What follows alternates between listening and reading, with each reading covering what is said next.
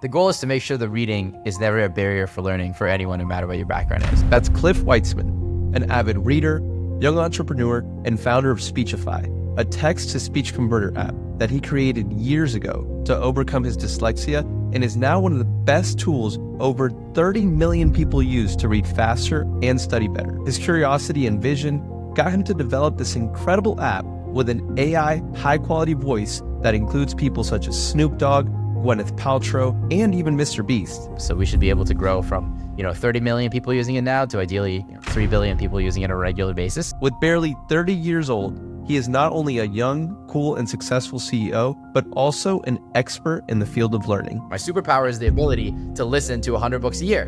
You need to listen to 10 audiobooks before you can judge whether you're good at listening. Cliff, what's your superpower? Seeing the greatness in others before they see it in themselves. Ooh, that's nice. That's nice. So I think you asked a really good question around what's your superpower. And the way I would think about it is there's different skills that you can have. And you can decide to go really deep into some of those skills, or you can decide to go pick up a bunch of skills. I'll give you an example. My brother Tyler is amazing at computer science. He started coding when he was in 3rd grade, built 47 iPhone apps by the time that he was 17, did his undergrad in math at Stanford, did his master's in AI. And he made a ton of money when he was in high school, and I sucked at computer science. Couldn't spell, variables would break. But when I was 18, I decided, you know what, I have to learn how to do this. So I just brute forced my way through and got really good at computer science. And there's a couple of other things like that I dragged myself over the finish line kicking and screaming because I knew I needed to be good at them. And there's some things that I do have a natural aptitude for. Sometimes you see an essence in someone and they can be so much greater than what they think they are. And so it leads to connecting with people very quickly. It happens in situations like that. It sometimes happens with people who actually become mentors of mine, who they've had an amazing career or they have an amazing life. And I'm just genuinely interested in who they are, not what they could do for me, but who they are, because I want to model my life around things that they've done. So I listen to about 100 audiobooks a year. I've done that for about 17 years. And I love biographies. And there's a certain limit beyond which biographies can't take you. You need to actually meet the people, actually see their lives, actually meet their friends, actually see their families. And so I've been very fortunate to have those types of relationships, both with people who are far ahead of me in the journey and with people who are at my stage and people who are coming up. How did you get the voices of Mr. Beast, Snoop Dogg, and Gwyneth Paltrow, for example? Each is a unique story. Gwyneth, I met when I first moved to LA, and she was really into this musical called Hamilton that I was also really into. And we had a Zoom call, and we became friends on the Zoom call. And one of the important moments was I mentioned that I had written a rap song about the life of Arnold Schwarzenegger based on the style of Hamilton. And she was like, oh my gosh, I'd love to hear it. So I rapped to her the first 2 songs from this album that I wrote over Zoom. And it was great. And then we grabbed dinner and I met her kids who are phenomenal. And her husband, Brad, who also has dyslexia. And she became a partner with Speechify. Eventually we were having dinner with Brad a couple of weeks later, who also is dyslexic. And he was like, I'd love to be able to read my scripts. Brad is a creator of Glee with my wife's amazing voice. And I was like, oh, that's easy. Let me show up tomorrow and we'll set that up. With Jimmy, I first moved to LA in the beginning of 2020, and 3 different people were like, you remind me of this guy, Amar. You should meet Amar. And so finally I was like, okay, fine, I'll meet Amar. This is the 3rd person, unconnected, that mentioned this guy.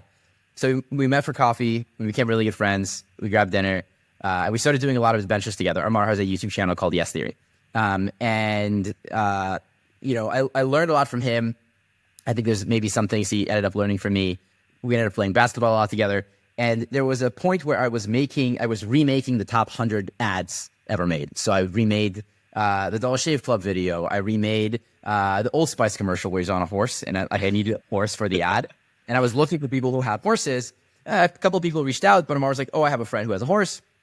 Introduced me to Logan Paul. Logan and I became very good friends, and we ended up going to his ranch so I could use the horse.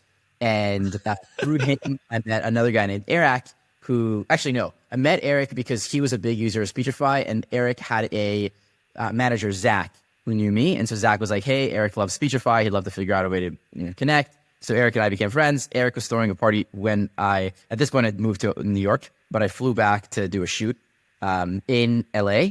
And so I was shooting an ad, and I needed to go to the airport. And Eric was like, hey, I'm having a party if you want to join. I was like, I won't make the party, but I can come a little bit early. So I went early, and Jimmy was there. I met Jimmy. It turns out that he has 8 leaders in this company that were running the show, and we have the same thing at Speechify. Our companies are roughly the same size, and we started trading notes on leadership. And he was like, ooh, I like a lot of the things that you're saying, and I like them as a person too. And he's like, don't fly back to New York. Come with me to North Carolina. I'd love for you to meet my team and see how we do things. And I was like, yeah, that would be awesome. So then I went over. We both, are really into fitness. We both are really into biographies. We're both like very similar books. And I think that we are two extremely ambitious people, and we feed off of each other's ambition. And so he ended up coming to visit me. I came back to visit him. All in all, we just ended up spending a lot of time together. So we met genuinely at this party. And then actually I met Snoop also earlier that day, which was, Ari Emanuel, who I mentioned, he has a company called Endeavor. He's one of the biggest talent agents in the world. And I get an angry call from Ari one day, and it's to him, why is this app broken? Like, I have all these bugs. Can you fix it? And I'm like, yeah, I'll fix it. So I went and I fixed it. And I was like, also, hello. And he's like, hi, nice app. I really like it. I use it a lot. Tell me more about it. And Ari is a voracious reader, like me, dyslexic. And he's one of the top users of the app. And so he became a partner and has been like unbelievably helpful. And I was doing the shoot and I get a call from Ari. He's like, Cliff. He's like, hey, Ari, what's up? He's like, Cliff, meet Snoop. Snoop, meet Cliff.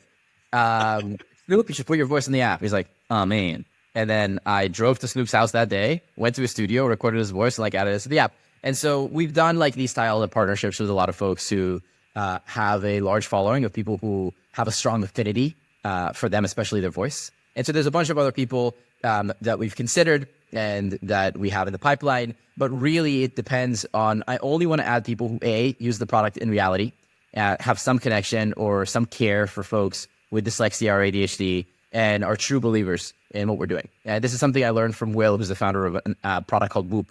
It's an amazing fitness band. And so he had, LeBron James as one of the first partnerships. He had the entire PGA Tour using it. He had Michael Phelps using it. But these were people who got the product on their own, started to use it, and then those were natural partnerships to do. And so that's the thing that we always care about is we only do partnerships where the person actually uses the product and it's a real partnership, real endorsement. I think to go to the heart of your question, there is something quite interesting there, which is many relationships I build are based on the fact that I'm crusading for people who have dyslexia, who have ADHD, who have low vision, who have autism, who have concussions, or are second language learners. And so there's a portion of the population that naturally I have like an instant bond with. But there's also people who maybe there's someone in their family or extended family who suffers from a challenge like this. Most people do. But that's not the main thing in their lives. However, it's easy for me to build relationships with people because I do so many things. So I can find common ground with literally anyone and go really, really deep about a topic that they love. And then once you start a conversation with me, like I just have so much information that's crammed into my brain from all the books that I've read. And so I can build a relationship with most people very easily that is truly genuine and adds value to them in some way. And so I think that's the other thing is just developing the ability to make friendships is really important. And for me, it came from going to college at Brown. Like I would go and I would have 3 dinners every night for the first 3 months. And I would pick a table of, 7 people I didn't know. And that was my rule. I had to sit with people I didn't know. And I would put down my plate. I was like, hey, anyone sitting here? Can I sit? Great. What's your name? Bill, I'm Cliff. Nice to meet you. Jeremy, I'm Cliff. Nice to meet you. Lori, I'm Cliff. Very nice to meet you. How's it going? Like, what's giving you energy right now? And then we start a conversation. And then I'd grab another plate of food. I was bulking at the time. And I would sit in another table and I'd do the same thing. And I'd grab a cup of tea and I'd do the same thing. And I got to know 60% of my freshman class within the first year at Brown. And then the next year I did it again. And I got to know the people who came in. And I got to know the seniors. I got to know the juniors. So basically 7 years of people who went to Brown, I built great relationships with. And even after I graduated, I would fly back and sleep on a friend's couch at the beginning of every semester and sneak into the dining hall to continue making friends. And a lot of the early teammates at Speechify were people who came from Brown. And then I moved to San Francisco. And then I moved to Palo Alto. And then I did the same thing at Stanford. That made me put in the reps where if I meet someone new, I could just easily build a relationship and become good friends. And I think that the flavor of life and your quality of your life can be measured by the number of conversations you finish with I love you. And it is really measured by the quality of your interpersonal relationships. And so you're looking for these gems, you're looking for these diamonds, these people that elevate you, who are your people. And it is, besides figuring out who you're going to have kids with, the most important thing in your life. And so that's something I dedicate time to. And I invested time in, developing the ability to be good at that. That was powerful, dude. When you just said that, I really had to take that in, take a deep breath. And It is that. And I also personally have this belief that, for example, in college, it's not the grades you make, it's the hands you shake, you know? So it's right there. It's aligned with what you're talking about. And that's what we're here in this world to do, is to lift each other up and liberate each other's souls towards our purpose. So I totally get it. That's amazing. Let's talk a little bit about, dyslexia obviously is a very important thing. It basically governs your whole purpose in life and what you create and what you're here to do. And, we've done research as well, and we've seen that basically dyslexia is not something that's really adapted in this traditional education system. And sometimes even teachers see this or label it as laziness or lack of caring. And basically, I wanted to know from your point of view, how did these misconceptions impact you growing up? Yes. So let me answer that, but let me just also polish off the last topic, which is, you said it's not the grades you make, but the hands you shake. I think it's even more so the hugs you give. So I think love is the most important thing in life, and the more you give of it, the more you have to give. It's like fire. You can light an additional candle without extinguishing the original flame, or like a jug, the more you pour of it, the bigger the jug gets. And like, that's the beautiful thing is, it doesn't cost you anything to give love to other people. And I always try to give love first. And it's amazing the responses that you get when that's what you do. On the point about dyslexia and the misconception and how that impacted me growing up. So when I was a kid, I really struggled with reading. Like first, second, third, fourth grade, could not figure it out. Reading a sentence took me as much energy and brain power as most people take to do a long division equation in their head. So not only did it take me a long time to read a page, it was also exhausting. Like imagine doing 4,343 divided by 1,674. And then the next 44.26. Exactly. If only. It's like, it's just your brain is mush. And so not only would I not enjoy reading, I couldn't get anything out of the book because I was like wading through molasses, and I'd be falling asleep all the time. By the time I was 9, I figured out that I could just memorize the book and fake reading, and that was a lot better. So I would listen to my brother or sister reading a book, and I'd be like, no problem. On the faraway island of Solomon's Soul, Yertle the turtle was king of the pond. And then later it was like Harry Potter, like any type of book. And then before my 9th birthday, my dad realized I was lying about reading. It's like, it's okay to not be able to read. It's not okay to lie. So he canceled my 9th birthday party. And all I wanted to do was like learn how to read. Because, hey, my parents, our family really values education. And I really wanted my dad to be proud of me. So I practiced so much. And eventually my dad started reading books to me, and he'd record himself in a cassette tape, and I just fell in love with this.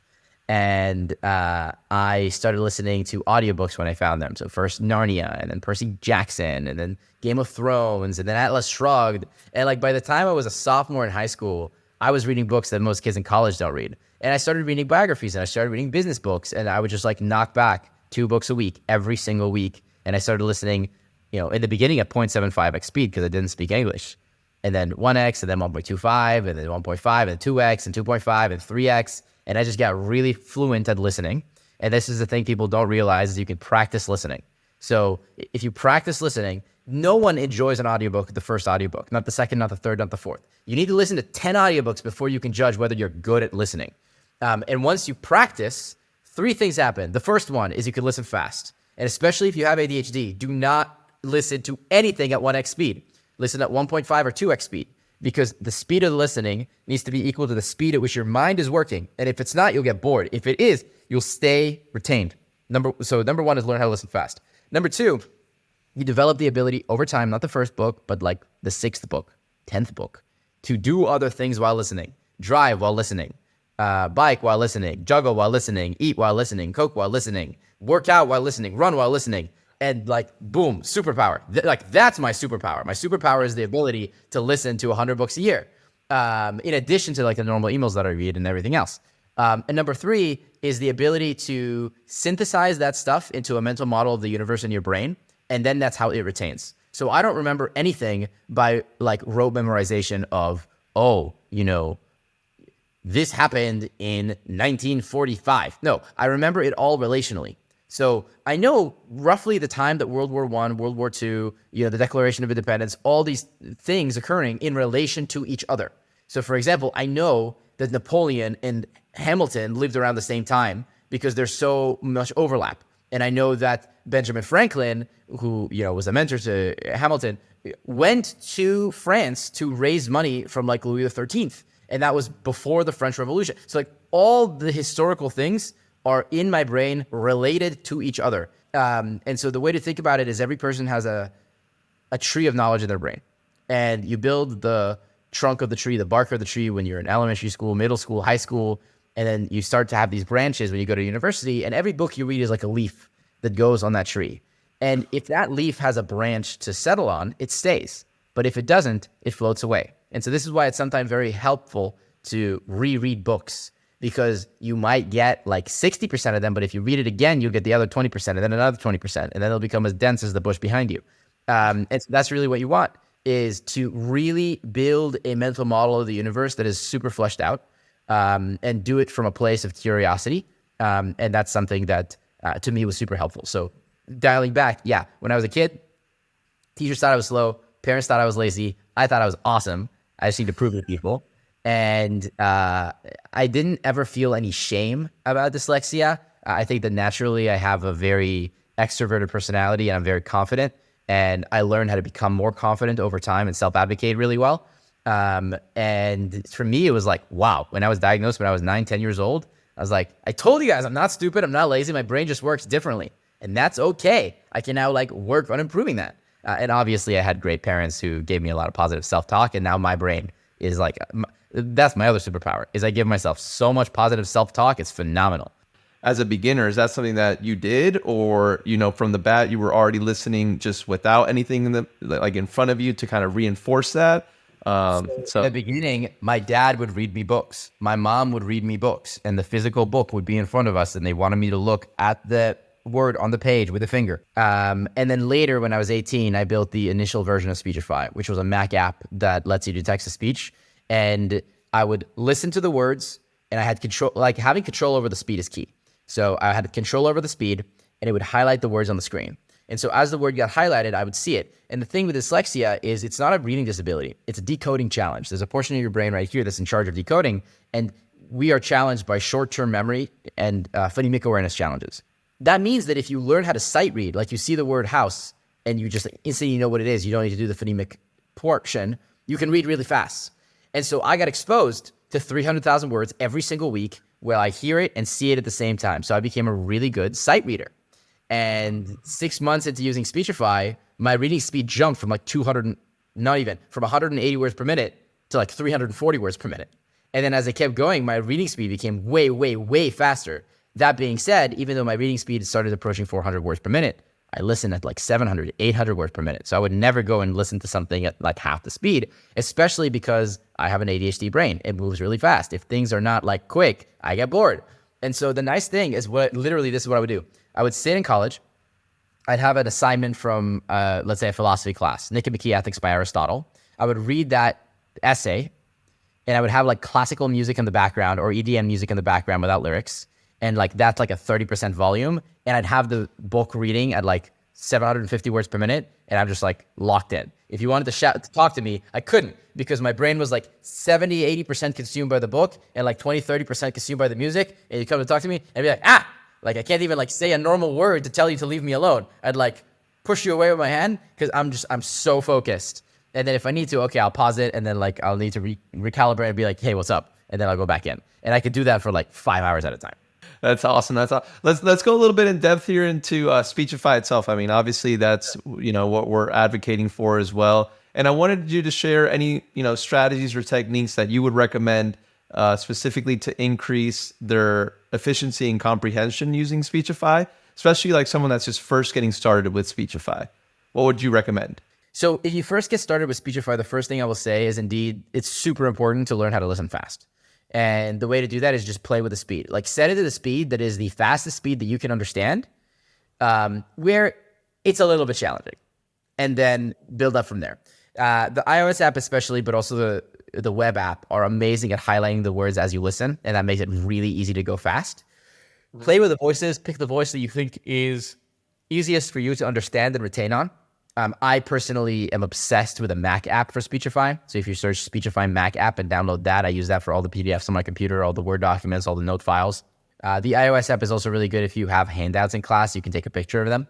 You can upload automatically any Google Doc that you have, any PDF, anything from Dropbox, any article that you have online. Like every time I want to read something about the news or business, I share from Safari or I share from Chrome into Speechify, and then it reads the things to me at 750 words per minute. And you can just click on the word you want to jump to. So number one, listen fast. Number two, look at the words in the screen while you're listening. 70% of the time people use Speechify is with a phone open or computer open. And often, people will run, they'll drive, and they'll listen, so the device is closed. But listening with the device open is a very easy way to ease yourself into becoming a very good listener. So I would just say experiment with it. Pick a book that you really want to listen to, or a PDF or an article or a series of emails, and just like practice listening. And as you get good at listening, it gives you the ability to have the superpower of driving and listening, running and listening, cooking and listening, and don't give up until you've listened to more than a certain amount. That's awesome. That's awesome. I mean, I just started getting into it really in the past week and a half or so, especially this 3.0 update. And I see that there's also a little bit of AI involved in it. Can you share a little bit of what your vision is in terms of how you're going to continue leveraging AI into the app? Yeah. So the way to think about it is the reason I decided to do Speechify was in 2015. I started reading a lot of academic papers about the narrow applications of deep learning. It was coming out of a DeepMind, which eventually was acquired by Google. And so I would read about, the applications of speech synthesis to text-to-speech and autoregressive loading of text. And then I did the same thing with OCR, the same thing with transcription, the same thing with translation. So Speechify started from 2015 as a deep learning company, which is like today is known as generative AI. So all the models that we have like a 35-person AI engineering team. And we train on a tremendous amount of data, and we've now become the largest speech AI provider in the world. And so one is all the text-to-speech is AI. All of the parsing of documents, turning them into digital is AI. All the parsing of documents to make them really easy to read, where it's reading the correct sentence, even though the page has so much content on it, that's AI. Now we added AI summarization. We added AI cloning, so you can clone your own voice or you can clone your friends' voices and listen to them. Speechify now has a B2B product, which is a Speechify AI Studio that lets you turn any text into essentially an audiobook or a podcast, or voiceover for a video. It lets you translate from one language to another. One product I'm excited about lets you turn podcasts from one language to another very easily. So we might release a series of updates related to that. And the vision of the long term is to become an auditory operating system. So to be the conduit for information intake for people. Every product needs something that makes it audio and needs some way of you communicating with it. So not just text to speech, but also speech to text. And so we've built essentially 7 foundational models around this. And now for the first time, we're starting to release them as APIs and as essentially web services systems that other people can use. And then on the direct-to-consumer side, the goal is to make sure the reading is never a barrier for learning for anyone, no matter what your background is. So if you have dyslexia, ADHD, low vision, autism, concussions, anxiety, if you grew up in Ghana and in 3rd grade, there were 100 kids in your class and you couldn't get individualized attention from your teacher, that should not be the reason why you don't realize your potential and become the person that you can be. It should not be the reason why you don't go and do your undergrad and your master's or get the job of your dreams.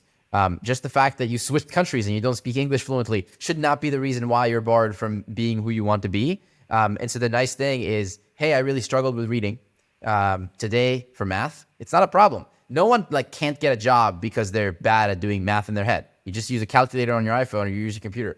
The same thing should be the case for reading. If you reinvented reading today, it would not be designed in the way that it is. And so I think it's awesome that you don't need to paint kids into stencils, and every person can learn in the way that is unique to them and according to their mind. And hey, that's 40% of the population way prefer listening to reading, and 100% of the population benefit from being able to read stuff as they walk around and work out and do other things. So the goal is I should be able to go to every office, every classroom in the world and say, hey, my name is Cliff. I'm dyslexic. I have ADHD. Anybody also have these challenges? Great. Anybody heard about Speechify? Awesome. Anybody use Speechify? Awesome. And all the hands just stay up. So we should be able to grow from, 30 million people using it now to ideally 3 billion people using it on a regular basis. And that's the vision that we're chasing down. Damn, dude. I mean, that's powerful, and it's such a high purpose, not just, to create something for money or just for a business. It's something that actually the way you're proposing it is to genuinely uplift and to be able to create opportunities for individuals that they may, as you said from the beginning, the superpower that you have that they may not even see in themselves. You're doing it through this platform and this application. So that's amazing. You're obviously huge into reading books, but I'd love to know if there was one book that you could recommend to people, what would it be? The book that I would choose if I'm recommended to like across the board to everybody, which is a very easy start to audiobooks, is Shoe Dog by Phil Knight, because it's a really great cross between a travel novel and a business book, and everybody can get something out of it. It's like the easiest way to start. So try Shoe Dog by Phil Knight, the audiobook. Nice. All right, my man. And number 2, last thing. You got to hit us with your best dance moves. I'm going to put a song on, 20 seconds. Give us a little dance. Give us a little something. All right, you ready? All right, try.